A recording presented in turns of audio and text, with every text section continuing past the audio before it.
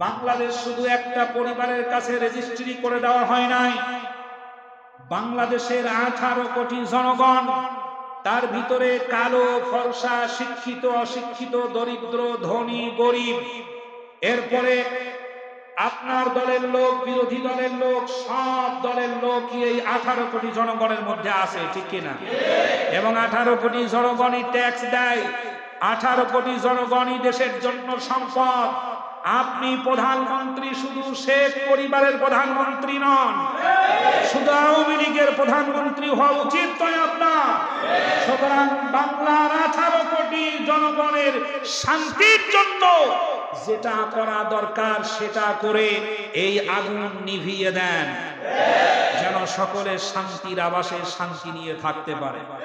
সে মারবে, হত্যা করবে, বাড়ি ঘর থেকে ছিন্ন করে দেবে, যা খুশি তাই করবে, তা নিয়ে কোনো আলোচনা করা যাবে না। বরং মৃত্যুর যন্ত্রণায় যদি আমি ছটফট করে একবার মুখ দিয়ে আহ শব্দ উচ্চারণ করি, তাহলে আমার নামে জঙ্গি তকমা লাগানো হবে। আমি যে মৃত্যুর যন্ত্রণায় ছটফট করছি এইটা দেখার মতো মানসিকতা তার নাই। বর্তমান অবস্থা হয়ে গেছে তাই। আশ্চর্যের বিষয় হলো, কোরআন হাদিসে পড়েছি আলেম 3 ধরনের। একবারই বলবো, শুধু বৃষ্টির দিন একটু চেপে বসার সুযোগ দেন। অল্প সময়ে 1 মিনিটের বহুত দাম। প্রিয় বন্ধুগণ, খেয়াল করুন, কোরআন হাদিসে পড়েছি আলেম 3 ধরনের। 1 নাম্বার হলো উলামায়ে দাওলা, 2 নাম্বার হলো উলামায়ে উম্মাত, 3 নাম্বার হলো উলামায়ে মিল্লাত। উলামায়ে দাওলা হলো সরকারি আলেম। সরকারি আলেম যুগে যুগে ছিল, এখনো আছে, ভবিষ্যতেও থাকবে। এই আলেমদের কাজ হচ্ছে যে কোনো মূল্যে সরকারের সকল প্রকারের কার্যক্ষমতাকে বৈধতা প্রদান করা। ব্রিটিশদের লালিত পালিত কিছু আলেম সে সময় ছিল, কিন্তু বিশ্ববাসী জানে ব্রিটিশরা কত অত্যাচারী ছিল। কিন্তু তাদের মধ্যেও কিছু আলেম ছিল, তারা ব্রিটিশদের কাজকর্মগুলোকে বৈধতা প্রদান করত। আমাদের দেশেও এক ঝাঁক উলামায়ে কেরাম দেখলাম, যে সমস্ত উলামায়ে কেরাম একাত্মতা পোষণ করে অন্য কিছু নিষিদ্ধ করতে না পারলেও, বেশ্যাখানা নিষিদ্ধ করতে না পারলেও, বর্ডারের হত্যাকাণ্ড নিষিদ্ধ করতে না পারলেও, মদ জুয়ার আসর নিষিদ্ধ করতে না পারলেও, বিশ্ব স্বীকৃতিপ্রাপ্ত বেশ্যা সানি লিওন বাংলাদেশে আসাটাকে নিষিদ্ধ করতে না পারলেও, ইসলামিক দল নিষিদ্ধ করার ক্ষেত্রে এই উলামায়ে কেরাম একাত্মতা পোষণ করে সরকারের সহযোগিতা করে। এই মুখগুলো আপনারা চিনে রাখবেন। মৃত্যু যে কোনো সময় আসবে, হবে, কোনো সন্দেহ নাই। মৃত্যুর হাত থেকে আপনি পালায়ে বাঁচতে পারবেন না। পৃথিবীর এমন কোনো জায়গা নাই যেখানে গেলে পরে মৃত্যুর হাত থেকে বাঁচতে পারবেন। কিন্তু যদি চেষ্টা করেন, জাহান্নাম থেকে বাঁচা যেতে পারে। আল্লাহ তাআলা আমাদেরকে সঠিকটা বোঝার তৌফিক দান করেন। যে সকল মানুষেরা মৃত্যুবরণ করেছে তাদের বিদেহী আত্মার মাগফিরাত কামনা করছি, এবং যে সকল আম্মা জানেরা উৎসুরসিক্ত নয়নে এখনো খোকা আসবে বলে পথের পানে তাকিয়ে আছে, বুক ফাটা আর্তনাদ চিৎকার করে বলছে, আখরিজনা মিন হাযিহিল ক্বরিয়াতি যালিমি আহলুহা। তাদের সে চোখের পানি মুছাবার মতো কোনো রুমাল, কোনো টিস্যু পেপার আমাদের কাছে নাই। আল্লাহ রাব্বুল আলামিন হৃদয়ের সেই রক্তক্ষরণগুলো যেন আল্লাহ তাআলা তার উত্তম জাযা তাদেরকে দান করেন। রংপুরের আবু সাইদ সহ ক্লাস 9 এর ছাত্র বারবার পুলিশদের বারবার করে বলছে, স্যার আমি ক্লাস 9 এ পড়ি, আমি কিছু করতে আসেনি, শুধু দেখতে এসেছি। নরপিচাস তাকেও ছাড়েনি। মৃত্যুবরণ করেছে সন্তান, লাশ দেখতে পাচ্ছে, লাশ, এটাকেও বাদ দেয়নি, লাশের উপরেও গুলি চালিয়েছে। বিশ্ব মালিকের দরবারে বিশ্ব মালিকের কথা অনুযায়ী জালিমের বহু তাফসীর পড়েছি, সচক্ষে দেখিনি। জীবনের দুর্ভাগ্য। আমার কাছে মনে হয় মানুষ টাকা পয়সা খরচ করে ফেরাউন দেখতে কেন মিশরে যায়। প্রিয় বন্ধুগণ, মনে রাখবেন, বাংলাদেশে একসময় বাকশাল ছিল। সে সময় বিরোধী সকল রাজনৈতিক দলগুলোকে নিষিদ্ধ করা হয়েছিল। বাকশালের সময় বিরোধী কোনো রাজনৈতিক দল থাকবে না, এনিয়ে বিনিয়ে যেন বাকশাল প্রতিষ্ঠা করার চেষ্টা চালানো হচ্ছে। মুসলিম উম্মাই কেবলমাত্র পারে এই অবস্থা থেকে গোটা জাতিকে মুক্তি দেওয়ার সংগ্রাম করতে। কেবলমাত্র টুপিওয়ালা দাড়িওয়ালারাই পারে। আল্লাহ রাব্বুল আলামিন বলছেন, ওয়ালা ইয়াহসাবান্নাল্লাযীনা কাফারু ইন্নামা নুমলি লাহুম খায়রুল লিআনফুসিহিম ইন্নামা নুমলি লাহুম লিয়াজদাদু ইসমান ওয়া লাহুম আযাবুন মুহিন। আমি কাফেরদেরকে ঢিল দিচ্ছি, এটাকে যেন তারা ভালো মনে না করে, অপেক্ষা করছি তাদের পাপের ঘরা যেন পূর্ণ হয়। যখন এমন ভাবে ধরব, একবারের জন্য মা বলার সুযোগ দেওয়া হবে। আল্লাহর ধরা এটা এক চরম ধরা। আল্লাহর ধরা এটা এক চরম ধরা, যেখান থেকে মানুষ ছুটতে পারে না। প্রিয় বন্ধুগণ, মানুষ যে অশান্তি ভোগ করছে যুগ যুগ ধরে, রাসূল সাল্লাল্লাহু আলাইহি ওয়াসাল্লামের সোনালী দিনগুলো চলে যাওয়ার পর থেকে বিশ্ববাসী যে অশান্তির মধ্যে নিপতিত হয়েছে, এখান থেকে পরিত্রাণ, এখান থেকে উঠে আসার একটাই মাত্র পথ, তা হলো আল্লাহর দেওয়া বিধান এবং রাসূলের সুন্নাহ অনুযায়ী সমাজ, পরিবার, রাষ্ট্র গঠন করা। এর বাইরে শান্তির কোনো বিকল্প নাই। প্রিয় বন্ধুগণ, যদি মনে করেন নামাজের মাধ্যমে শান্তি আসবে, তাহলে আপনার এই ধারণাটা 100% ভুল। যদি মনে করেন রোজার মাধ্যমে শান্তি আসবে, এটা 100% ভুল। যদি মনে করেন যাকাতের মাধ্যমে শান্তি আসবে, 100% ভুল। এভাবে জমিন বা সমাজে পরিবারে শান্তি আসবে। আল্লাহ রাসূলের চাইতে বড় ইবাদতকারী পৃথিবীতে আর কেউ নাই।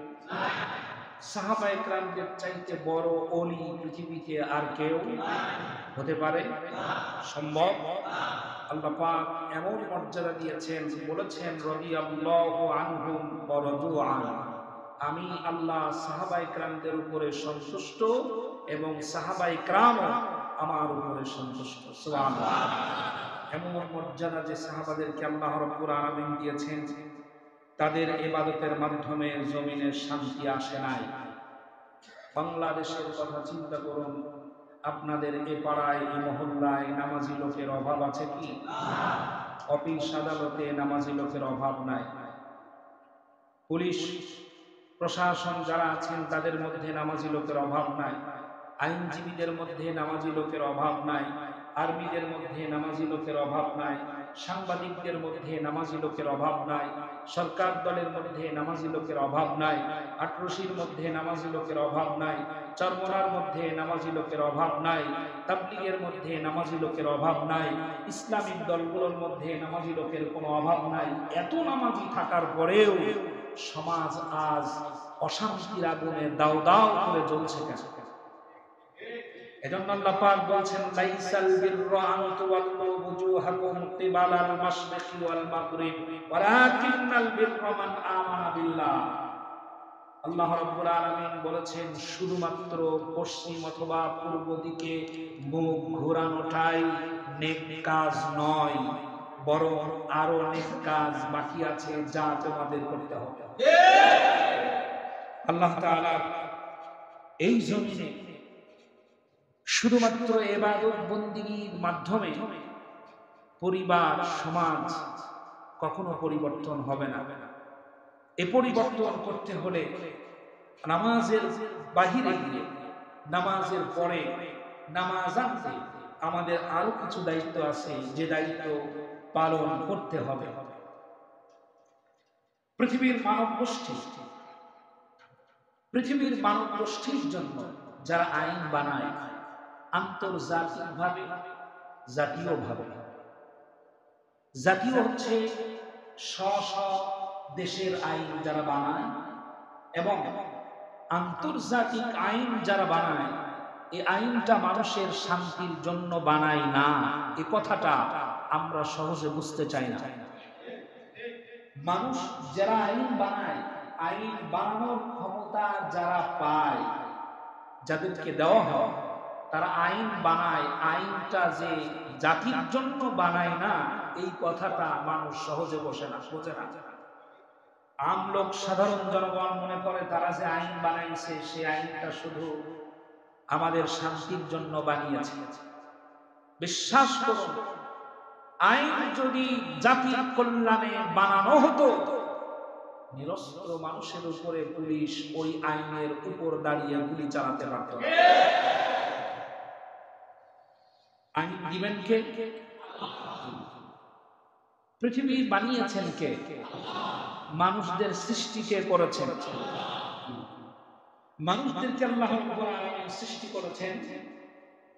আল্লাহ পাক আইন দিতে সক্ষম নাকি অক্ষম? কোন সন্দেহ? কথাগুলি ভালো করে বুঝবেন প্রিয় বন্ধুগণ। মানুষের জন্য আইন বানানো এটা ঠাট্টা, একটা মশকরা, একটা উপহাস মাত্র।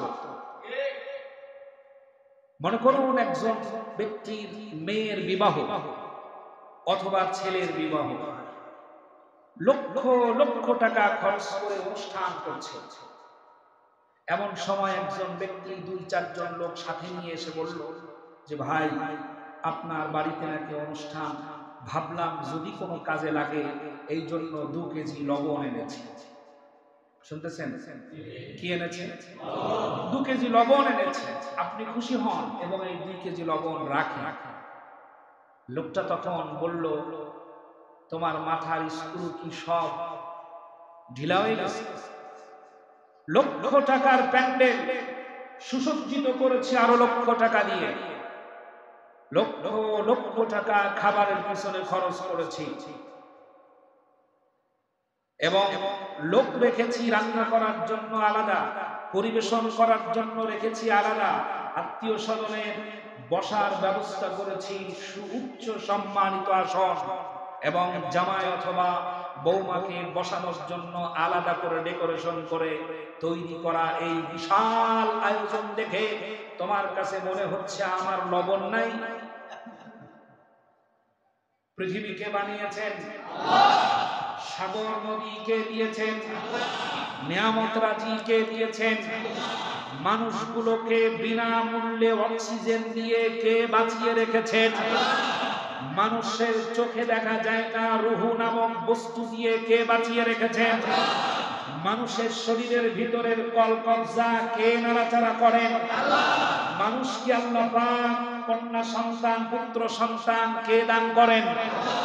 মানুষের সকল প্রকারের নিয়ামত আল্লাহ দেন। মানুষ একটা জিনিসেরও মালিক না, বরং খেজুর খাওয়ার পর খেজুরের বিচির সাথে যে কিডনির নামক পাতলা চামড়া থাকে, ওই পাতলা চামড়ারও মালিক মানুষ নয়।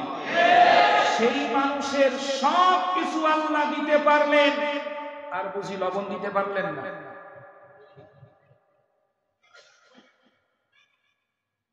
কেন বিশ্বাস করেন? ওরা আইন বানায় আপনার জন্য নয়, ওরা যুগে যুগে আইন বানায় নিজেকে চেয়ারে সমাসীন রাখার জন্য। প্রিয় বন্ধুগণ, সকল কিছু আল্লাহ রাব্বুল আলামিন আমাদেরকে দান করেছেন, আল্লাহ পাক আমাদেরকে দিয়েছেন। শুধুমাত্র দোয়া করা। অনেকে মনে করেন ফাইসালা কে করবে? আল্লাহ করবেন। ফাইসালা আল্লাহ করবেন, কোনো সন্দেহ নাই। শুধুমাত্র দোয়ার মাধ্যমে সবকিছু পাওয়া সম্ভব, শুধুমাত্র দোয়ার মাধ্যমে সবকিছু পাওয়া সম্ভব নয়। আব্দুল কাদের জিলানী রাহমাতুল্লাহি আলাইহি দোয়া করলে কবুল হয়ে যেত। এক যুবক এসে বললেন, পীর সাহেব, আপনি দোয়া করলে আল্লাহ কবুল করেন, আপনি মুস্তাজাবুদ দাওয়া, আপনি যেটা বলেন আল্লাহ সেটা কবুল করে নেন। আপনার কাছে আমার আবেদন, আপনি আল্লাহর কাছে দোয়া করেন আল্লাহ তাআলা যেন আমাকে একটি পুত্র সন্তান দান করে, ছেলেটাকে হাফেজ বানাবো, আলেম বানাবো, ইবাদতকারী বানাবো, নেককার সন্তান হবে, পরকালে আল্লাহ রাব্বুল আলামিন আমাকে উত্তম জাযা দান করবেন। আমার ইচ্ছা যে আল্লাহ যেন আমাকে একটি পুত্র সন্তান দান করে। আব্দুল কাদের জিলানী রাহমাতুল্লাহি আলাইহি বললেন যে ঠিক আছে বাবা, তুমি 1 বছর পরে আমার সাথে দেখা করবা, কারণ সন্তান পেটে আসবে, ডেলিভারি হবে মোটামুটি কতদিন? 1 বছর পর যুবক পীর সাহেবের সাথে দেখা করে বলছে, হুজুর কেমন দোয়া করলেন, আমার ছেলেও হয় নাই, মেয়েও হয় নাই। আব্দুল কাদের জিলানী রাহমাতুল্লাহি আলাইহি চিন্তায় পড়ে গেলেন, আমি হলাম মুস্তাজাবুদ দাওয়া, যত দোয়া করেছি আল্লাহ কবুল করেছেন, আমার এই দোয়াটা ফেরত দেওয়ার কারণ কি? তিনি নিজে খুঁজলেন তার আমলিয়াতের ভিতরে কোনো দুর্বলতা এসেছে কিনা, তার রিজিকের মধ্যে কোনো হারাম ঢুকেছে কিনা, তার আচরণের মধ্যে কোনো ব্যতিক্রম কিছু পরিলক্ষিত হয়েছে কিনা। নিজের দিকে তালাশ করে করে দেখলেন না, দৈনন্দিন আমল, দৈনন্দিন কর্মকাণ্ড সব ঠিক আছে, কিন্তু দোয়া কবুল হয় নাই। কারণ কি? কোন কারণ খুঁজে না পেয়ে যুবককে ডেকে জিজ্ঞেস করছে, বাবা এদিকে আসো। যুবক যখন পীর সাহেবের কাছে আসলো, বলছেন, বাবা তুমি কি বিবাহ করেছো? যুবক বলছে, না হুজুর, বিয়ে করি নাই। বিবাহ না করে সন্তান দোয়ার দ্বারাই পাওয়া কি সম্ভব?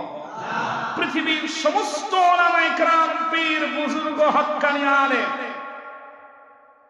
সব মিলে যদি 1000 বার কোরআন খতম করে, 1000 দিন ধরে রোজা রেখেও দোয়া করে, তারপরেও বিবাহ ছাড়া যেমন সন্তান পাওয়া সম্ভব নয়, সমাজ, রাষ্ট্র এবং পরিবারে শান্তি ফিরাতে হলে আন্দোলন ছাড়া সম্ভব নয়। এটাই শেষ কথা। শুধু দোয়া করলেই ফাইসালা হবে, এটা মূর্খদের চিন্তা, আহম্মকদের চিন্তা, জাহেলদের চিন্তা। রক্ত ছাড়া ইসলামের পতাকা ওড়ে নাই। হয় আমাকে নাই আপনাকে বুকের তাজা রক্ত ঢেলে দিতেই হবে, হয় আপনাকে নাই আমাকে সন্তান থেকে বিদায় নিয়ে রাজপথে নামতেই হবে। কেউ না কেউ তো যেতে হবে। প্রিয় বন্ধুগণ, যদি মনে করেন এটা রাজনৈতিক বক্তব্য, তাহলে সেই পুলিশ ভাইকে প্রশ্ন করব যেই পুলিশের গুলিতে আরেক পুলিশের সন্তান মারা গেছে। টার্গেট কি করেছিলেন? আপনার বুকের ধন ওইভাবে মাটিতে লুটিয়ে পড়বে। আপনার গোলামির জন্য দায়ী, আপনার চামচামির জন্য দায়ী। যখন এদেশে 50 জন সেনা অফিসারের কফিন একটার পর একটা সাজানো হলো। গোটা জাতি সেনা অফিসারদের জন্য চোখের পানি ফেলেছে, গোটা জাতি কেঁদেছে। তাদের পরিবারের কান্না দেখে সাধারণ মানুষ কেঁদেছে, রিকশাওয়ালা কেঁদেছে। সেই জাতির চোখের পানির কোনো মূল্য দেন নাই। সেই জাতি যারা আপনাদের জন্য কেঁদেছে, তাদের বুক টান করে গুলি করতে আপনার একটু দ্বিধা করে নাই? আপনি আপনার স্ত্রীর কাছে কি জবাব দিবেন? আপনি আপনার কলিজার টুকরা সন্তানের কাছে কি জবাব দিবেন? আপনার বিবেকের কাছে কি জবাব দিবেন? চূড়ান্ত জবাব আপনার রবের কাছে কি দিবেন? মানুষ যে চিরকাল থাকে না এটা তো মানে, মানুষের যৌবন চিরকাল থাকে না এটা তো বিশ্বাস করে, মানুষের ক্ষমতা চিরকাল থাকে না এটা তো জানে। তাহলে আল্লাহর কাছে আমাদের ধরা দিতে হবে, এতে কোনো সন্দেহ নাই। সৃষ্টি করেছেন যিনি, ফিরিয়ে নেবেন তিনি, কোনো সন্দেহ আছে কি? শুরু করছি আল্লাহর নামে। শয়তানের সকল প্রকারের ওয়াসওয়াসা থেকে পানাহ চাচ্ছি। যে শয়তান মানুষের মধ্যে আছে, যে আমার এখন কোনো কাজ করার দরকার হয় না, কিছু মানুষের কর্মকাণ্ড দেখে শয়তান মাথায় হাত দিয়ে চিন্তা করে, আল্লাহ আমারে তুমি আজাজিল বানাইলা কেন? এর চাইতে বড় আজাজিল তো আছে। সেই সকল প্রকারের ওয়াসওয়াসা থেকে আল্লাহর কাছে পানাহ চাচ্ছি। এবং রব্বে কারীম যিনি অত্যন্ত দয়ালু, দাতা, মেহেরবান, যিনি গরিবের দুঃখ, মানুষের কান্নার আওয়াজ শুনতে পান, সেই রবের নামে আমরা শুরু করছি। সকলে বলেন আউযু বিল্লাহি মিনাশ শাইতানির রাজীম। বিসমিল্লাহির রাহমানির রহিম। ওয়া মিনান নাসি মান ইউজিবুকা কওলুহু ফিল হায়াতিদ দুনিয়া ওয়া ইউশহিদুল্লাহা আলা মা ফি কলবিহি ওয়া হুয়া আলাদুল খিসাম। আল্লাহু আকবার। সূরাতুল বাকারা 100-204 নাম্বার আয়াত। বাহির থেকে যারা শুনছেন এবং মানুষের ছদ্মবেশে যদি কোনো শয়তান থাকে, তাহলে আপনাকেও বলবো, লেখাপড়া যদি করে থাকেন তাহলে আপনি এখনই কোরআনটা খুলুন। 204 নাম্বার আয়াত, 2 নাম্বার পারার সূরাতুল বাকারা। আল্লাহ রাব্বুল আলামিন কোরআনুল কারীম দিয়ে আমাদেরকে জানিয়ে দিচ্ছেন, আয়াতগুলো আমাকে চুপ করে থাকতে দিচ্ছেন। আমার প্রিয় বন্ধুগণ, আমার আপনজন যাদেরকে কাছে মনে করি, পরামর্শ দিচ্ছেন, কিন্তু কোরআনুল কারীমের আয়াত যখন সামনে আসছে তখন আমি আর নিজের বিবেকের সাথে লড়াই করে পারছি না।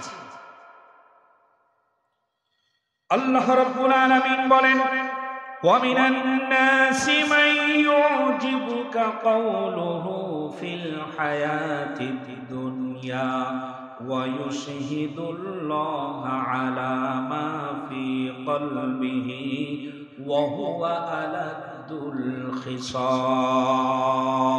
আল্লাহু আকবার। আল্লাহ রাব্বুল আলামিন বলেন, মানুষের মধ্যে এমন কিছু মানুষ আছে যার কথাগুলো অত্যন্ত চমৎকার। মানুষের ভিতরে এমন কিছু মানুষ আছে যার কথাগুলো অত্যন্ত রং মাখানো কথা, কথাগুলো শুনলে পরে পছন্দ হওয়ার মতো কথা। সে বলে আল্লাহর কসম, আল্লাহকে সাক্ষী মানে ইউশহিদুল্লাহ, কথায় কথায় বলেন আল্লাহর কসম, আল্লাহ সাক্ষী, আমি তোমাদের কল্যাণ চাই, আল্লাহ সাক্ষী আমি তোমাদের ভালো চাই। আল্লাহকে সাক্ষী করে বলছে আমি আমার জন্য কিছু করি না, সব দেশের মানুষের জন্য করি। আল্লাহকে সাক্ষী রেখে বলছে আমি আমার নিজের সন্তানের জন্য করি না, তোমাদের জন্য করি। আল্লাহকে সাক্ষী রেখে বলছে, বারবার বিশ্বাস করাতে চাইছে আমি আসলে কোনো সন্তানের প্রাণ নিতে চাই নাই, আমি কারো সন্তান হারা হোক এমনটা আমি চাই নাই। আমি ন্যায় প্রতিষ্ঠা করতে চাই, আমি আইন প্রতিষ্ঠা করতে চাই, আমি দুর্নীতি মুক্ত করতে চাই। বাংলাদেশটাকে মাথা উঁচু করে সমাজের মাঝে যেন তারা থাকতে পারে, এটাই আমার আশা, এটাই আমার পরিকল্পনা। আল্লাহ রাব্বুল আলামিন বলেন, আর সে সত্যের বিরোধিতা করতে গিয়ে মুখ দিয়ে বলে এই কথাগুলো, চমৎকার কথাগুলো জাতি যেন বিশ্বাস করে, আর ন্যায় আর ইনসাফটাকে গলা টিপে হত্যা করার জন্য তার কাছে যত ক্ষমতা আছে সবগুলো প্রয়োগ করে দেয়। আল্লাহ রাব্বুল আলামিন বলেন ওয়া হুয়া আলাদুল খিসাম, জেনে রাখো এরাই হলো ন্যায় ইনসাফ আর সত্যের চূড়ান্ত দুশমন। এই দুশমন আছে না নাই? বানায়া বললাম, এখনো বলবেন যে রাজনীতি করছে। আমার ভাইরা, কোরআন কারীমের সূরাতুল বাকারা 204 নম্বর আয়াত ভাষার মধ্যে তেলাওয়াত শুরু করে দেন। তাফসীর যদি থাকেন আপনি একটু পড়া শুরু করে দেন, এরপরে আপনি তাফসীরের বেশি গভীরে যেতে হবে না, আপনি নিজেই বুঝতে পারবেন, তরজমাটা তেলাওয়াত করলেই বুঝতে পারবেন। ওয়া হুয়া আলাদুল খিসাম, আল্লাহ রাব্বুল আলামিন বলেন সে আসলে হক এবং সত্য ন্যায়ের নিকৃষ্ট এবং জঘন্যতম শত্রু। এমন লোক থেকে তোমরা অবশ্যই সাবধান থাকবে, তাদেরকে কিছু দেওয়ার ব্যাপারে তোমরা সাবধান থাকবে, তাদেরকে কোনো পদ দেওয়ার ব্যাপারে সাবধান থাকবে। ওই মানুষগুলোর কথাগুলোতে তোমরা ভিজে যাবে না। তোমরা কি জানো আল্লাহ পাক বলেন ওয়া ইদা তাওয়াল্লা সাফিল আরদি লিয়ুফসিদা ফিহা ওয়া ইউহলিকাল হারসা ওয়ান নাসল ওয়াল্লাহু লা ইউহিব্বুল ফাসাদ। জোরে বলেন আল্লাহু আকবার। আল্লাহ পাক বলছেন আর যখন সে মানুষের এই সিফাতি নিয়ে কর্তৃত্ব পায়, নেতৃত্ব পায়, তখন তার সমস্ত শক্তি প্রয়োগ করে জমিনের উপরে, সমাজের উপরে, মহল্লায়, পাড়ায়, গ্রামে, গোটা রাষ্ট্রে বিপর্যয় সৃষ্টি করে দেয়। এখানে দুটো কথা বোঝা, এই আয়াতের মধ্যে দুইটা কথা বোঝা। সেটা হলো যখন সে কর্তৃত্ব পায়, কথা শুনতেছেন? একটি কথা ভালো করে বুঝুন, পৃথিবীতে কোনো গরিব মানুষ জালেম হয় না। জালেম হয় না, জালেম হওয়ার উপকরণ তার কাছে থাকে না। রিকশাওয়ালা জালেম হয় না, বরং রিকশায় যে চড়ে সে উপরের মানুষ, নিচের মানুষ কখনো জালেম হয় না। জালেম হয় সব সময় উপরের মানুষ। কর্তৃত্ব সাধারণ মানুষ পায় না, কর্তৃত্ব পায় দেশ পরিচালনা যারা করে, একেবারে ইউনিয়ন পরিষদ থেকে শুরু করে রাষ্ট্রপ্রধান পর্যন্ত যারা দায়িত্ব প্রাপ্ত ব্যক্তি, কর্তৃত্ব যারা পায়, জালেম হওয়ার সম্ভাবনা তাদেরই আছে। প্রিয় বন্ধুগণ, দুটো কথা এখানে বোঝার, সেটা হলো যারা কর্তৃত্ব পায় ক্ষমতা তাদের থাকে, ঠিক কিনা? আপনি কিছু বললে আশুলিয়া থানা আপনার কথা উঠবে বসবে না, কিন্তু এলাকা সম্মানিত এমপি মহোদয় জনাব সাইফুল ইসলাম, তিনি যদি কোনো কথা বলেন তাহলে সে কথা তারা রাখার 100% চেষ্টা করতে। আপনি বললে বলবে যে তুই আমারে আইন শিখাস,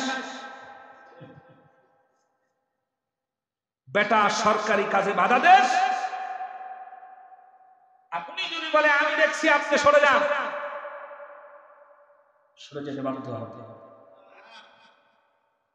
কেন? এমপি মহোদয় যদি বলেন যে সরে যান, আমি দেখছি, সরে যাবে না কেন? কর্তৃত্ব তার হাতে, ক্ষমতাটা তার হাতে। যার হাতে ওয়াইদা তাওয়াল্লা সাআ ফিল আরদ, জমিনের কর্তৃত্ব যার হাতে আছে, লিউফসিদা ফিহা ওয়া ইউহলিকাল হারসা ওয়ান নাসল, সে ব্যক্তি তার সমস্ত শক্তি প্রয়োগ করবে এবং জমিনে বিপর্যয় সৃষ্টি করে দেবে। সুতরাং তাকে কোনো কিছু তুলে দেওয়ার আগে 10 বার ভাবা লাগবে। জাতি যে ভুল করেছে তার খেসারত আর কতদিন দিতে হবে তা আল্লাহই ভালো জানেন। প্রিয় বন্ধুগণ, চোরের মন পুলিশ পুলিশ এমন কেউ যদি থাকেন তাহলে গুতাগুতি করবেন না। আমি আয়াতে কারিমা বলে দিচ্ছি, এখানে কি কারো কথা বলা আছে? ফেরাউন নমরুদের কথা বলা আছে?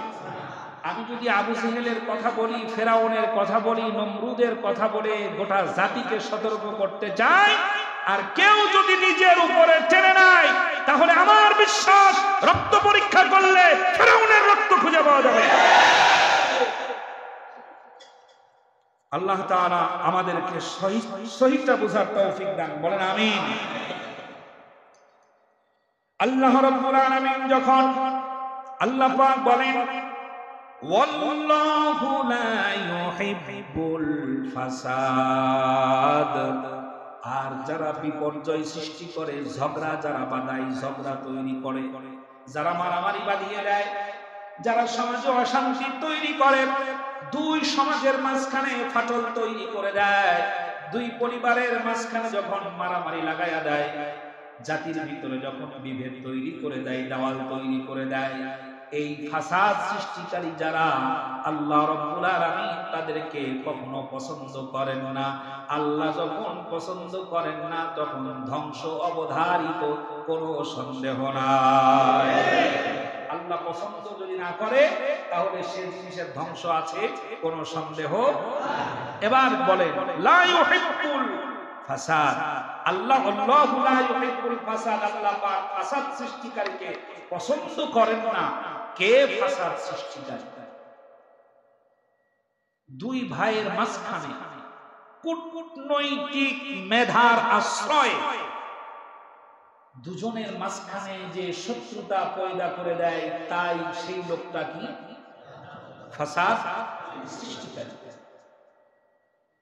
মহল্লার ভিতরে দুটো সমাজ বসবাস করে, দুই সমাজের মাঝখানে যেই লোকটা নিন্দা করে, এর বদনাম ওর কাছে, ওর বদনাম এর কাছে করে যে লোকটা সমাজে বিশৃঙ্খলা তৈরি করে, সেটাই হলো সমাজের দুশমন। সমাজ ঠিক রাখতে গেলে ওটাকে তুলে ডাস্টবিনে ফেলে দিতে হবে। বাংলার গোটা জাতির মাঝে বিভেদ তৈরি করে দিয়েছে একটি মাত্র শব্দ, গোটা জাতির মাঝখানে দেয়াল তৈরি করে দিয়েছে। আজ এ জাতি দুটো দলে বিভক্ত হয়ে গিয়ে একে অন্যের শত্রুতে পরিণত হয়েছে। শত্রু যে বানিয়ে দিয়েছে সেই ফাসাদ সৃষ্টিকারী, আল্লাহর কথা সত্য হবে, কোনো সন্দেহ নাই। ফাসাদকারী যে ব্যক্তি ধ্বংস হবে, অবশ্যই হবে ইনশাআল্লাহ। আল্লাহর কথার কোনো বৈপরীত্য নাই। কেমন ফাসাদ সৃষ্টিকারী? আল্লাহ রাব্বুল আলামিন সূরা মায়েদার ভিতরে আবার বলেন, যারা আল্লাহ এবং রাসূলের সাথে যুদ্ধ করে, দেশের মধ্যে যারা বিপর্যয় সৃষ্টি করে, তাদের জন্য আল্লাহর বিধান হলো, আল্লাহ রাব্বুল আলামিন বলেন, গোটা জাতিকে বিপদ মুক্ত করার জন্য, গোটা জাতিকে শান্ত করার জন্য অনেক চেষ্টা হচ্ছে, অনেক কথা হচ্ছে, ঠিক না? গোটা জাতিকে শান্ত করার জন্য অনেক কথা হচ্ছে না? শান্ত করবেন কিভাবে? আল্লাহ তাআলা বলছেন, কত বললাম? সূরা মায়েদা 33 নম্বর আয়াত। আচ্ছা, আল্লাহ পাক কোরআনুল কারীমার ভিতরে বলছেন, আমি আগেই বলেছি আয়াতে কারিমাগুলো আমাকে বলতে বলছে। আল্লাহ রাব্বুল আলামিন বলেন, ইন্নামা জাযাউল লাযীনা ইউহারিবুনাল্লাহ,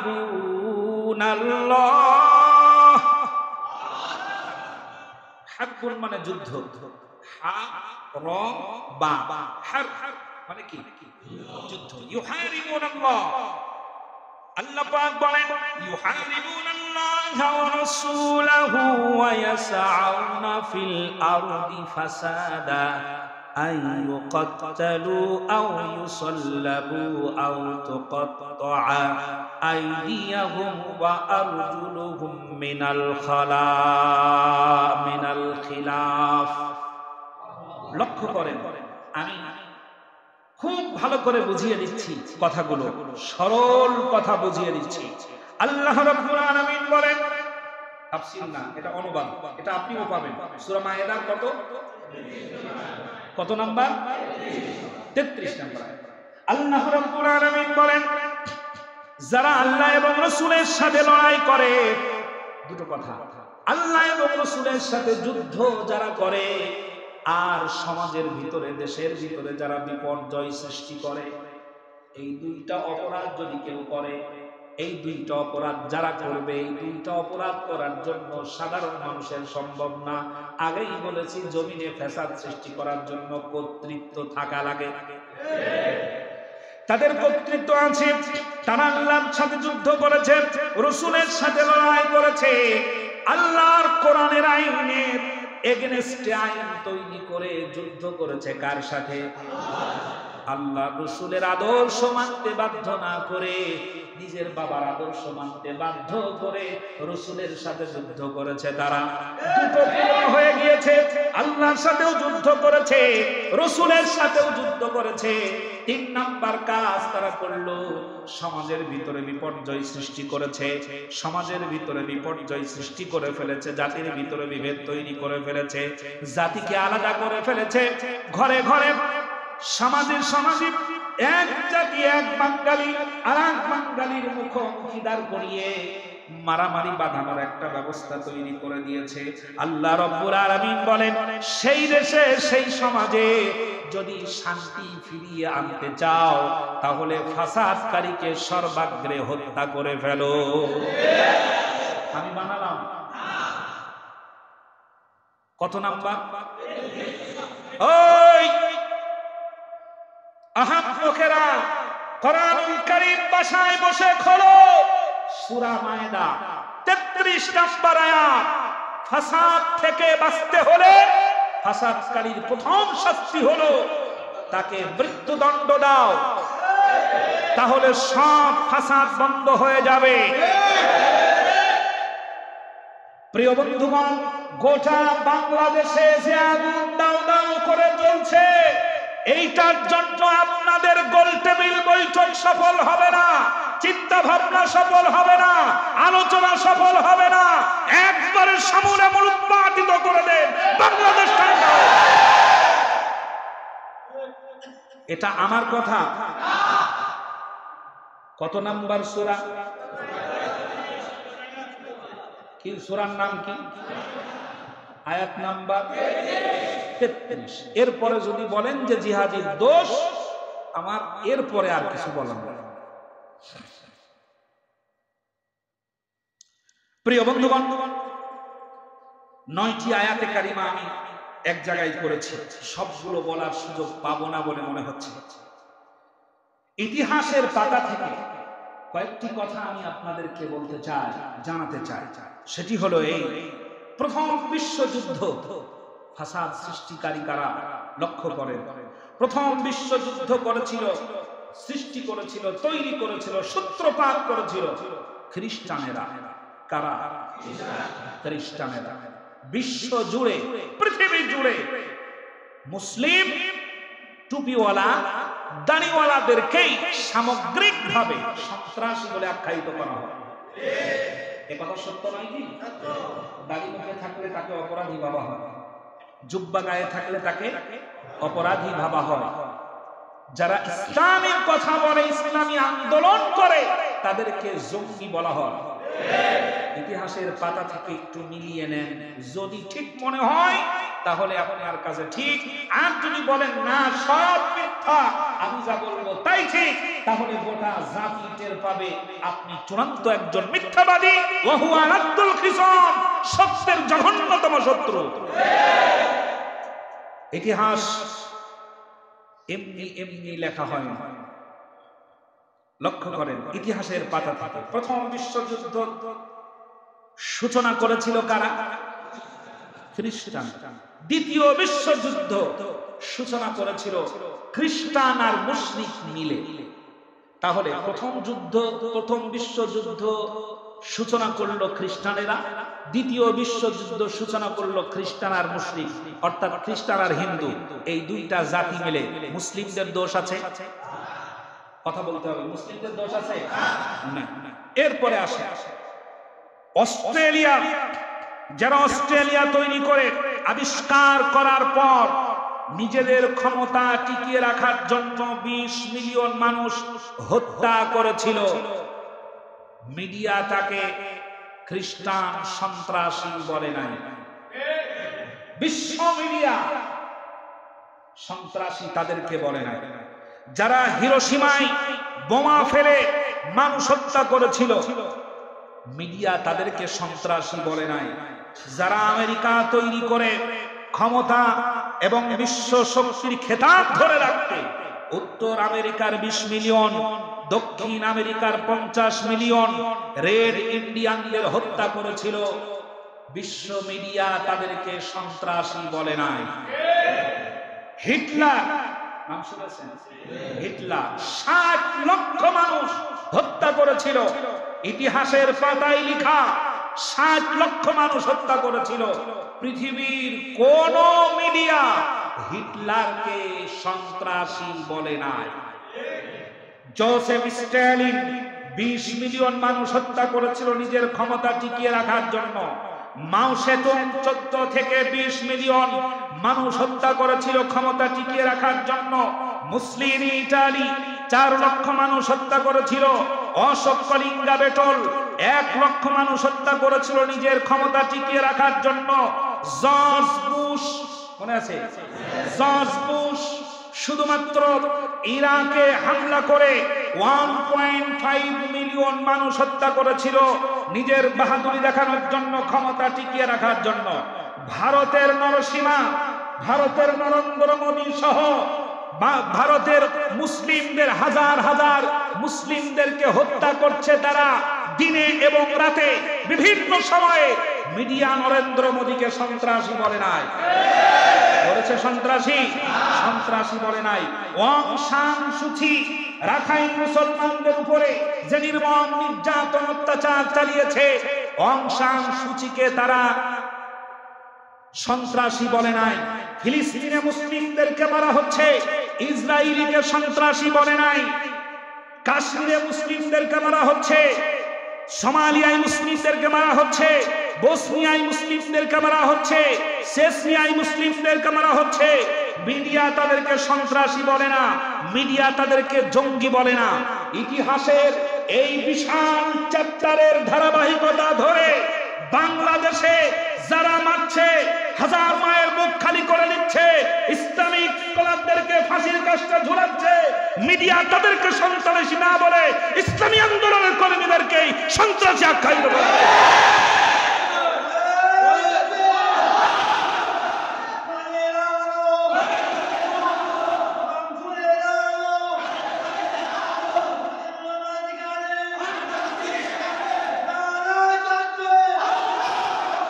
প্রিয় বন্ধুগণ, ইতিহাস যুগে যুগে মুসলিমরা মার খেয়েছে আর মুসলিমদেরকেই কি বলেছে?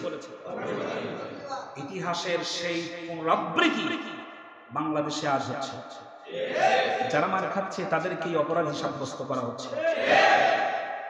যারা মারছে মিডিয়া তাদেরকে সন্ত্রাসী বলছে। একটা সিংহ বছরে ৬,০০০ মানুষ মারে। কত? একটা চিতাবাঘ বছরে ৩৩০০ মানুষ মেরে ফেলে দুর্ঘটনা বা বিভিন্ন কারণ।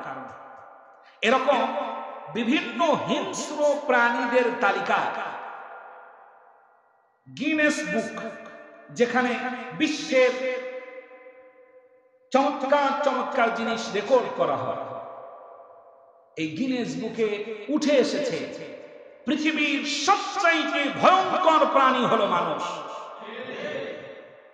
চিতাবাঘ এমনি এমনি মানুষের কামড় দেয় না, কিন্তু মানুষ, এমন মানুষ আছে ও এমনি এমনি মানুষের ক্ষতি করে, আছে না? কোনো কাম না, ওর কোনো লাভ নাই, ক্ষতি নাই, উপকার নাই, স্বাস্থ্য ভালো নাই, ওর টাকা পয়সার কোনো উপকার হবে না, হায়াত বাড়বে না, কিচ্ছু হবে না, তারপরেও মানুষের ক্ষতি করবে। এই প্রাণী, এই মানুষ আছে না নাই? এজন্য আল্লাহ আগেই বলেছে মিনাল জিন্নাতি নাস, মানুষ শয়তান কয় ধরনের হয়? মানুষের মধ্যেও কিছু আছে আর জিনদের মধ্যে তো আছেই। সুতরাং এই জিন, এই মানুষরূপী শয়তানগুলোর কাছ থেকে জিন শয়তান বর্তমান কি নিয়েছে? রিটায়ার্ড হয়ে গেছে। এরা এখন এই কাজগুলো করে বেড়াচ্ছে আর তারা ভাবছে যে আমাদেরকে কেউ দেখছে না। দেখছেন কে? প্রিয় বন্ধুগণ, উদ্ভূত পরিস্থিতির আলোকে কয়েকটি কথা বলে শেষ করতে চাই। আল্লাহ রাব্বুল আলামিন কোরআনুল কারীমের ভিতরে বলেছেন ওয়া খাসিরা হুনালিকাল মুবতিলুন। আমি সব সময় কোরআন কেন্দ্রিক কথা বলার চেষ্টা করেছি এ যাবৎকাল পর্যন্ত। গাল গল্প আর কিচ্ছা কাহিনী, সাপ, ব্যাং, আলু, পটল, এটা আমার কাছে পাওয়া যায় না। হাজার রেকর্ড আছে, কোন কিচ্ছা, কোন কাহিনী এটা বলি। একটা জিনিস শিখেছি, ওমান আসদাকু মিনাল্লাহি কিলা, আল্লাহর চাইতে সত্যবাদী যেমন আর কেউ নাই, আল্লাহর কোরআনের চাইতে নির্ভেজাল বক্তব্য পৃথিবীতে আর কারণ। সবচাইতে নির্ভেজাল বক্তব্য কার? আল্লাহর কোরআনের সামনে কোন যুক্তি, কোন তর্ক টিকে থাকতে। এজন্য সত্য এবং ন্যায়নিষ্ঠার কারণে কোরআন কেন্দ্রিক কথা বলার চেষ্টা করে এসেছি। লক্ষ্য করুন, আল্লাহ পাক বলছেন ওয়া খাসিরা হুনালিকাল মুবতিলুন, সত্য যখন দাঁড়িয়ে যাবে মিথ্যা তখন বিলুপ্ত হবে। কার কথা? এটা শুধু কথা নয়, এটা একটা ওয়াদা। ওয়াদাটা আল্লাহ, ওয়াদাটা কার? ওয়া খাসিরা হুনালিকাল মুবতিলুন। এবং আপনারা এই আয়াতে কারিমা অনেকবার শুনেছেন, ওয়াজাআল হাক্কু ওয়া যাহাকাল বাতিল ইন্নাল বাতিলা কানা যাহুকা। সূরা বনী ইসরাঈল 15 নম্বর পারা। সত্য যখন আগত, সত্য যখন আসবে, সত্য যখন উঠে দাঁড়াবে, সত্য যখন মাথা উঁচু করবে, তখন মিথ্যা মাথা নিচু করে দেবে, মিথ্যা বিলুপ্ত হয়ে যাবে। এখন সত্য হচ্ছেন আল্লাহ, সত্য হচ্ছেন রাসূল, সত্য হচ্ছেন কোরআন, সত্য হচ্ছে হাদিস। সুবহানাল্লাহ। সত্য হচ্ছে ন্যায়, সত্য হচ্ছে ইনসাফ, সত্য হচ্ছে আদল, সত্য হচ্ছে আল্লাহর আইন প্রতিষ্ঠা করা। এটাই সত্য। প্রিয় বন্ধুগণ, ওয়া খাসিরা হুনালিকাল মুবতিলুন, আল্লাহর এটা একটা ওয়াদা, ভবিষ্যৎ ওয়াদা। যেন আল্লাহ পাক বলেই দিলেন যুগে যুগে মিথ্যার খরস্রোতা তোমরা যত দেখবে, সত্যের জন্য যদি একজন দাঁড়িয়ে যাও, মিথ্যা তোমার উপরে চেপে বসবে, তোমাকে অত্যাচার করবে। যদি 10 জন দাঁড়িয়ে যাও, তারপরেও তোমাকে অত্যাচার করবে, নির্যাতন করবে। আর যদি 100 জন দাঁড়িয়ে যাও, তাহলে মিথ্যার উপরে যারা দাঁড়িয়ে আছে তারা চিন্তা করবে এবং টেনশনে পড়ে যাবে। 1000 যদি দাঁড়িয়ে যাও, তাহলে তারা চুপ হয়ে যাবে। আর লক্ষ লক্ষ যদি দাঁড়িয়ে যাও, তাহলে মিথ্যা পালাতে বাধ্য হবে। আজ আমরা সবাই চুপ, ঠিক না? সবাই। আমার দরকার নাই, খামাখা গাছ লাগানোর দরকার আছে, এরকম কথাই আমরা সবাই বলি। খামাখা কথা বলার দরকার আছে? কি প্রয়োজন এত কথা বলা? এখন যা যে ব্যক্তি জানে 2 আর 2 যোগ করলে কত হয় 4, এই 2 আর 2 যোগ করলে যে 4 হয়, এই জানা ব্যক্তিটি সামনে দাঁড়িয়ে আছে, আরেকজন ব্যক্তি 2 আর 2 যোগ করে 3 লিখছে। 2 প্লাস 2 হওয়ার কথা 4, কিন্তু সে লিখছে কত 3, লিখতেছে 3। কিন্তু যে ব্যক্তি জানে যে 2 আর 2 যোগ করলে 4 হয়, ওই ব্যক্তি ওখানে দাঁড়িয়ে যদি এ কথা না বলে যে ভাই 2 আর 2 যোগ করলে কত হয় 4 হয়, তুমি 3 লিখছো, এটা তোমার ভুল, এই কথাটা যদি তিনি না বলেন, তাহলে 2 চোরই সমান। দুটোই কি চোর। একজন তো 1 পয়েন্ট চুরি করলো, আর আরেকজন চুপ থেকে কি করলো সম্মতি জ্ঞাপন করলো, তাহলে দুটোই চোর। দুটোরই হাত কেটে নেওয়া উচিত। ওই সূরা মায়েদার 33 নম্বর আয়াতে আছে, এক হাত, ডান হাত আর বাম পা কেটে দাও, তাহলে দেখবা ঠান্ডা হয়ে যাবে। আয়াতটা আপনারা পড়ে দেখবেন, বাকি কথাগুলো বলার সময় নাই। প্রিয় বন্ধুগণ, একটি কথা লক্ষ্য করেন, একটি মহলকে যেন উদ্দেশ্য করে সকলে মিলে উঠে পড়ে লেগেছে যে একটি মহলকে থামাতে পারলে তাহলে আমাদের পথ যেন সামনে আরো পরিষ্কার হয়ে যায়, ঠিক না? একটি মহলকে থামাতে পারলে আমাদের সব পথ পরিষ্কার হয়ে যায়। এজন্য সংসদে যখন মদের বিল পাস করা হতো, এরপর সেখানে যখন বিসমিল্লাহির রহমানির রহিম এটা না বলে বলা হতো পরম করুণাময় আল্লাহর নামে শুরু করছি, এটা হলো বাঙালি চেতনাবাদী মানুষের কথা। বাংলা চেতনা আছে না, চেতনাধারী লোক, সুশীল সমাজের টাক মাথাওয়ালা কিছু বুদ্ধিজীবী, যাদের মাথায় কোনো মাল থাকে না, সাদে মাল নাই, বাম্পারে লোক ভর্তি, এ জাতীয় লোক হয় বুদ্ধিজীবী। ফেরাউনের বুদ্ধিজীবীর নাম হলো হামান। ফেরাউনের একটা বুদ্ধিজীবী ছিল, নাম কি হামান। ফেরাউনের বুদ্ধিজীবীর মাথাও টান, বুকের মধ্যেও কোনো পশম ছিল না। 1 নাম্বার মাথা কি ছিল হামান। হামানের মাথা, প্রথম কথা হলো মাথায় চুল ছিল না, দাড়ি ছিল না, মোচ ছিল না, ওর বুকের মধ্যেও কোনো পশম ছিল না। আমি কোন এক জায়গায় এই আলোচনা করার পর মোটর সাইকেলের পিছনে যাচ্ছি, ওরকম একজন মানুষ দেখা গেল, তার মাথায় কোনো চুল নাই, মুছ নাই, দাড়ি নাই। যেই লোক মোটর সাইকেল চালাচ্ছে, ওই লোক হঠাৎ করে আমারে বলছে, হুজুর ওই যে হামান।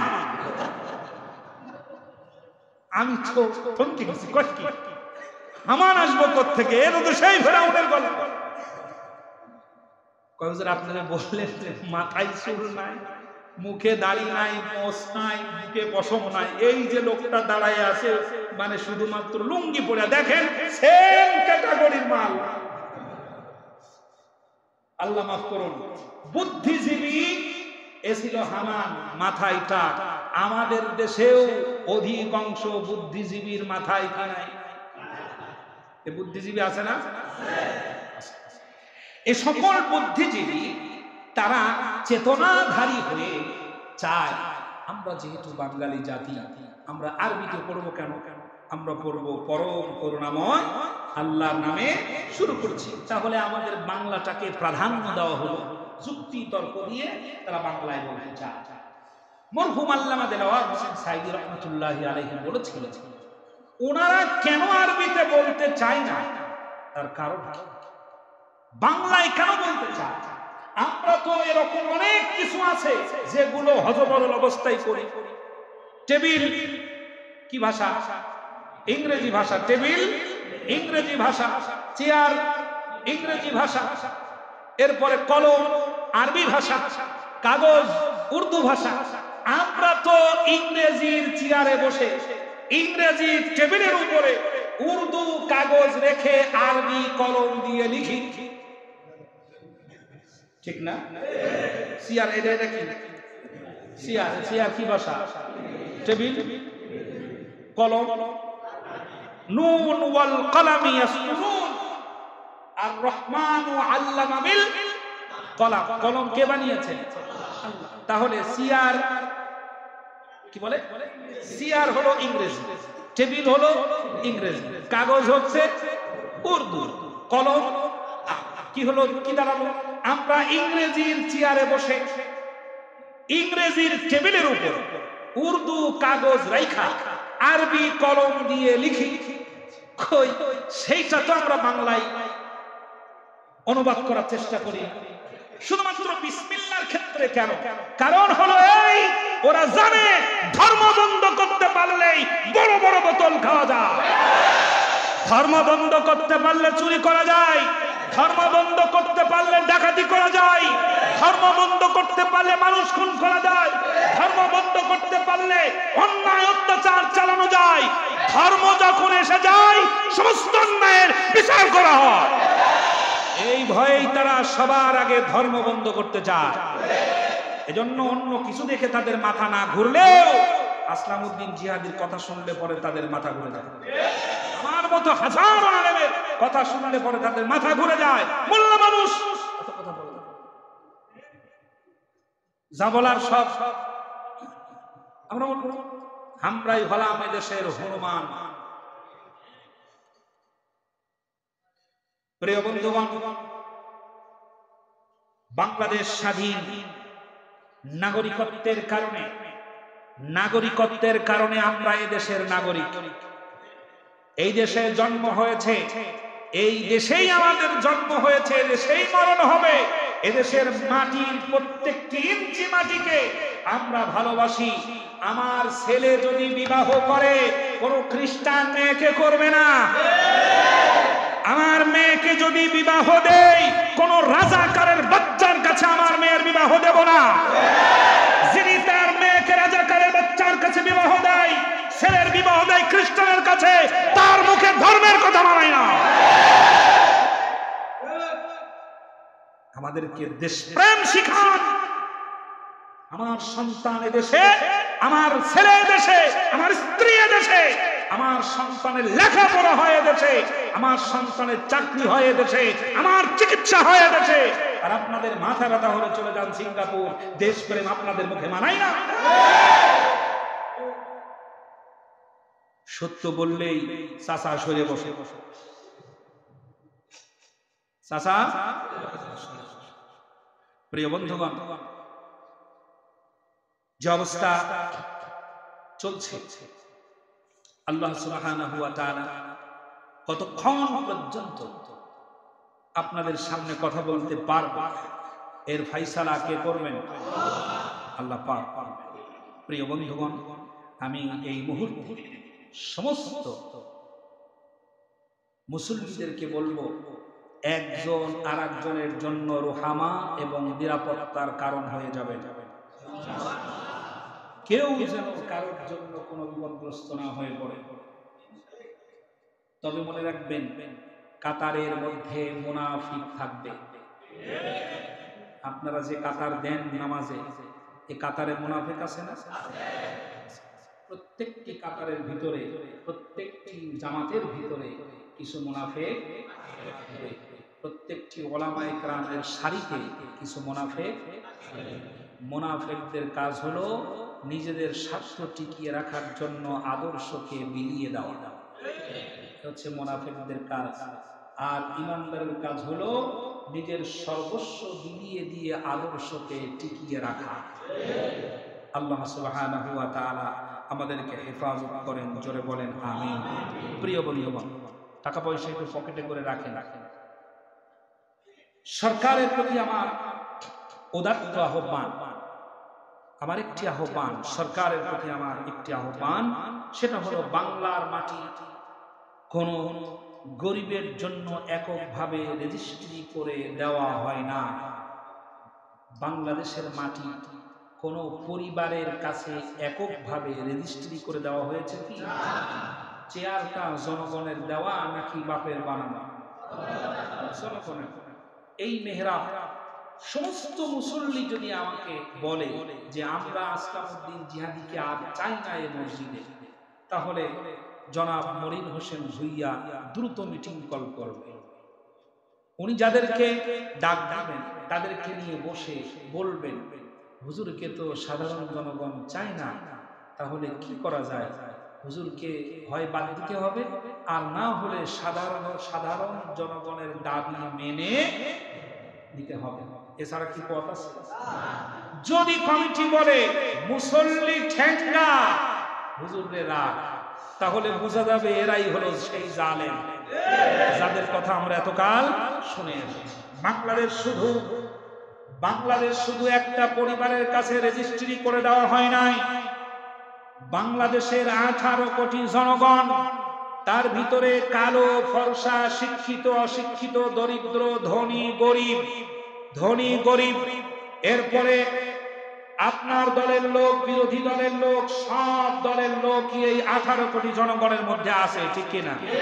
এবং 18 কোটি জনগণই ট্যাক্স দেয়, 18 কোটি জনগণই দেশের জন্য সম্পদ। আপনি প্রধানমন্ত্রী শুধু শেখ পরিবারের প্রধানমন্ত্রী নন, শুধু আওয়ামী লীগের প্রধানমন্ত্রী হওয়া উচিত নয় আপনার। সুতরাং বাংলার 18 কোটি জনগণের শান্তির জন্য যেটা করা দরকার সেটা করে এই আগুন নিভিয়ে দেন, যেন সকলের শান্তির আবাসে শান্তি নিয়ে থাকতে পারে। আমার এই দাবিতে কি একমত? কিছু করে বলেন। আমার এই দাবিটা কি অযৌক্তিক? বেশি বললাম? ওনার কাছে আমাদের দাবি করার কোনো অধিকার আছে না নাই? আচ্ছা প্রিয় বন্ধুগণ, সুতরাং আল্লাহ সুবহানাহু ওয়া তাআলা আমার এই মাতৃভূমি জন্মভূমি থেকে সকল অশান্তি দূর করে একজন ভাই আর একজন ভাইয়ের শুভাকাঙ্ক্ষী যেন হয়ে চলাফেরা করতে পারে, আল্লাহ তাআলা যেন সেই তৌফিক দান করেন। পৃথিবীর সবচাইতে ভারী জিনিস কি জানার কথা? পৃথিবীতে সব থেকে ভারী বস্তু কি? কতটা সুন্দর করে বলেন, পিতার কাঁধে সন্তানের লাশ। একজন বাবা কত শত লাশ নিয়ে কবরস্থানে গেছে, একজন বাবা কত শত লাশ কাঁধে করে কবরস্থানে গেছে। এটা রিপনের ছোট ভাই শিপন, ছেলেটা মারা গেল ফজিলাতুন নিসা। এখানে গোসল করানো হলো বাড়িতে, সানোয়ার ভাই ছিল সাথে। ওখান থেকে ও হাতে করে এ পর্যন্ত আসতে পারে না এবং বলছে, ভাই কোনদিন আমার পা এত ভারী মনে হয় না, আজকে আমার পা যত ভারী মনে হয়েছে। যার সন্তান মারা যায় সে জানে আমি কত ভারী জিনিস কাঁধে উঠিয়েছি। হাজার হাজার পিতার কাঁধে পৃথিবীর সব থেকে ভারী বস্তুটি আপনি তুলে দিয়েছেন। লক্ষ লক্ষ মায়ের বুকে পৃথিবীর সব থেকে অহুব পাহাড় সমতুল্য ভারী জিনিস আপনি তুলে দিয়েছেন। আপনি ওই জায়গায় দাঁড়ান, দেশের সমস্ত বিধ্বস্ত ভবনের জন্য যদি আপনার কান্না আসে, তাহলে তো আপনার মরে যাওয়া উচিত। পৃথিবীর মাত্র কয়েকজন মানুষের জন্য যদি আপনার চোখের পানি পড়ে, যেই সন্তান ক্লাস 9-এ পড়ে, বলছিল যে আমি কিচ্ছু করিনি, আমি শুধুমাত্র দেখতে এসেছি। যে মা তার সন্তানকে ঘুম পাড়িয়ে রেখে গ্রিল ধরে দেখতে এসেছিল কি হচ্ছে, সে মা যখন গুলি খেয়ে লুটিয়ে পড়ে মাটিতে, ছোট্ট বাচ্চাটা যখন গুলি খেয়ে লুটিয়ে পড়ে মাটিতে, তাদের এই অবস্থা দেখে কান্নায় আপনার মরে যাওয়া উচিত। চোখের পানি দেখে মনে হয় খুব দয়াবান, না তা নয়। চোখের পানি শুধু তার জন্য, জাতির জন্য এক ফোঁটা চোখের পানি না। প্রিয় বন্ধুগণ, যতদিন বেঁচে থাকবো আমি আমার এই রূহটা যতদিন আমার দেহের ভিতরে থাকবে, স্পষ্ট ভাষায় বলে দিচ্ছি, শোনো হে মুসলিম মিল্লাত, ততদিন পর্যন্ত আল্লাহর কোরআনের আয়াতের সীমারেখার মধ্যে তারিখ দিয়ে উত্তম ধুলাই করা হবে। কারণ আমি আল্লাহর কাছে শাহাদাতের মৃত্যু কামনা করি। জ্বরে অসুস্থ হয়ে বিছানায় সাধারণ মৃত্যু চাই না, ওই মৃত্যু চাই যেই মৃত্যুর পরে আল্লাহ পাক নতুন জীবন দান করে। যে মৃত্যু সম্পর্কে রাসূল বলেছেন, আমার মন চাই শহীদ হই, আমার মন চাই শহীদ হই, আমার মন চাই শহীদ হয়ে যায়। যদি আবার জীবিত হতে পারতাম তাহলে ওই মৃত্যুই আমাদের কামনা করা উচিত। আমি সিদ্ধান্ত নিয়েই ফেলেছি, আমার মৃত্যু হোক কাফের বেঈমান মুশরিকের গুলি যেন আমার বুকটা ঝাঁঝরা করে দেয়, আমার লাশ ছিন্ন ভিন্ন করে দেয়। আমি খালিদ বিন ওয়ালিদের মতো জান্নাতের উত্তম জায়গায় যেতে চাই। সিদ্ধান্ত যখন আমার এই, থামাতে পারবা না, দমাতে পারবা না। আল্লাহর কোরআনের কথা বলবো, তাদের তোমার গায়ে যত জ্বালা পোড়া হয়, হয় চাকরিতে রাখো আর না হয় আমাকে বিদায় করে দাও। এটাই চূড়ান্ত সিদ্ধান্ত। প্রিয় বন্ধুগণ, আমি আপনাদেরকে বলবো যতটুকু, সেটা হলো এই সত্যের পক্ষে থাকবেন, বলো স্টাইল। মিথ্যার সঙ্গ দিবেন না, জালিমের সঙ্গ দিবেন না, জালিমের সহযোগিতা করবেন না, সত্যের সাথে থাকবেন, সত্যের সহযোগী হবেন। রাজি আছেন তো ইনশাআল্লাহ? দুটো হাত উঁচু করে বলি আল্লাহু আকবার, লিল্লাহি তাকবীর। সত্য কোরআন হাদিস যেখানে, ন্যায় ইনসাফ যেখানে, আল্লাহ যেন আমাদেরকে এভাবে সত্যের পক্ষে থাকার তৌফিক দান। বলেন আমিন, জোরে বলেন আমিন।